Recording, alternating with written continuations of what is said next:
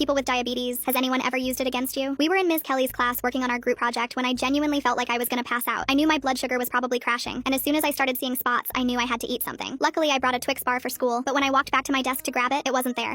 Where was it? I looked around the room to see if someone was just pranking me, but when I looked towards the front, I noticed Ms. Kelly licking the chocolate off her fingers. Ms. Kelly, did you eat my chocolate? She barely looked up. Oh, was that yours? Shouldn't have left it out. No snacks in my class. Was she serious? Ms. Kelly, I needed that. My blood sugar is dangerously low and I can barely feel my legs right now. I felt my arms tingling and the room started spinning, and not even 5 seconds later my insulin pump started beeping. The whole class turned to look at me, and I felt my face turning red. I had to get some sugar ASAP or I'd probably pass out, and I knew I had some M&Ms in my locker. I started walking towards the door, barely able to see straight, but as soon as I passed Ms. Kelly's door, I felt her grab my shoulder. She stepped in front of me and said, "Where do you think you're going?" I told her my insulin pump was warning me, and I had to get some candy from my locker. You're not going anywhere until I dismiss you. Why was this happening to me? I said, "What? It's not fake, I'm diabetic. I really need sugar or I'm going to black out." Nice try, you just want a snack. I know a binge eater when I see one, while looking me up and down. Plus, you don't need the calories. I wasn't even 100 pounds, and I felt like I was losing my balance. Other kids were starting to catch on that this was serious. Please, Ms. Kelly, she really needs it. Just let her go. Nope, that door stays locked. My insulin pump beeped again, and I knew I didn't have long. I tried to walk out anyways, even if it meant I got detention, but she physically stopped me. "Where do you think you're going, fatty? Sit your big back down." I couldn't do anything. I tried to turn around and walk back to my seat, but halfway there my legs gave out. I collapsed onto the floor, and everyone heard the slap as I hit the tiles. I was seeing stars and literally couldn't get up, and the entire class yelled, "Ms. Kelly, she needs it!" But Ms. Kelly kept going. "She's faking it. She's obviously faking it." Then she walked over to her desk, opened a drawer, and pulled out a Kit Kat. She held it up so I could see it from the floor. "What's wrong, Tubby? Jealous?" She unwrapped it and started eating it right in front of me. She didn't even break it in half, just bit right down the middle like a psycho. I felt my consciousness fading out, and I thought this was it for me. My life flashed before my eyes, and as I watched Ms. Kelly dance over me, I heard a giant thud before I completely blacked out. But the next thing I knew, I felt someone grabbing me again. Someone tilted my head up, and I felt the sweet taste of something pouring into my mouth. I swallowed the best juice I had ever tasted, and when I finally came to my senses, I realized it was grape Kool-Aid. I opened my eyes to see Jabari, the 300-pound linebacker who sat in the back pouring it into my mouth, and when I finally had enough strength to sit up, Ms. Kelly was knocked out on the floor. Turns out Jabari got really upset hearing her call me fat because everyone bullied him for that exact thing. But when he saw her dancing over me eating that Kit Kat completely wrong, he lost it. He got up from his desk and slammed Ms. Kelly hard against the wall, knocking her out, and gave me some of his Kool-Aid, and before I could thank him, he broke the Kit Kat in half and finished it.